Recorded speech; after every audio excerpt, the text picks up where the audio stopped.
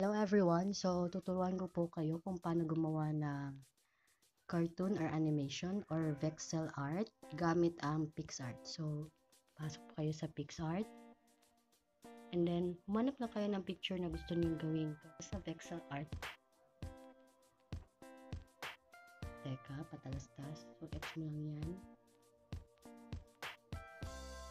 Tagal niya Ow!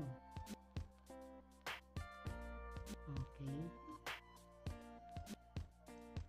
So, ito na mga beshi. Ganito po ang gagawin pag gusto mong gawing cartoon or mala 3D yung picture mo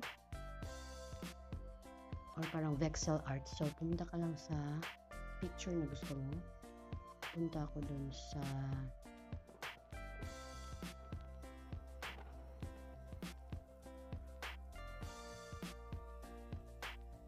yan, Adobe Lightroom. Ito yung mga pictures ko. So, hanap ako dito ng gusto kong gawing cartoon. So, siguro ito.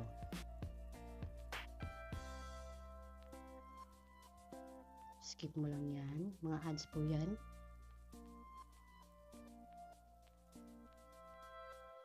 So, ito na mga beshi.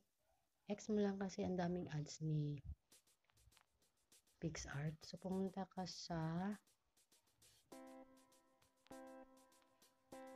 FX. Pag okay na sa'yo yung brightness ng picture mo, huwag mo nang i-adjust. So, punta ka sa Magic.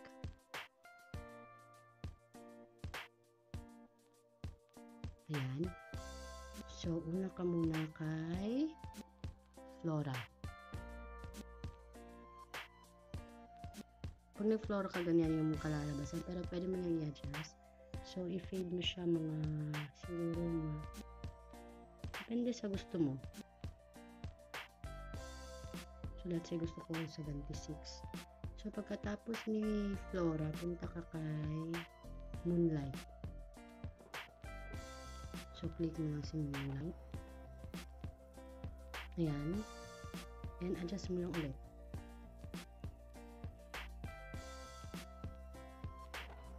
Depende sa gusto mo. Kung gusto mo parang ganyan or natural lang tingnan.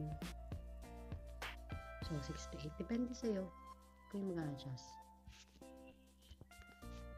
Tapos, pagtapos ka ng mga besh, yan, click mo lang itong arrow. Itong arrow sa right side sa taas.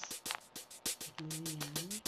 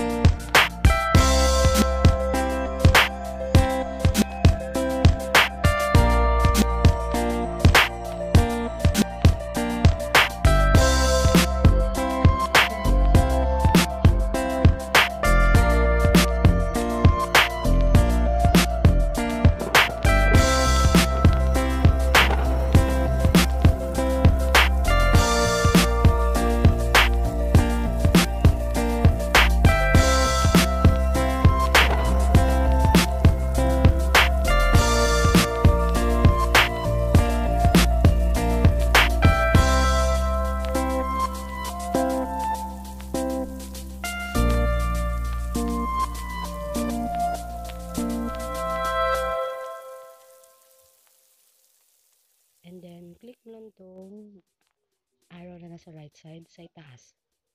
Para ma-save mo yung pictures. O yung picture na in-edit mo. Click save. Yan. And you're done.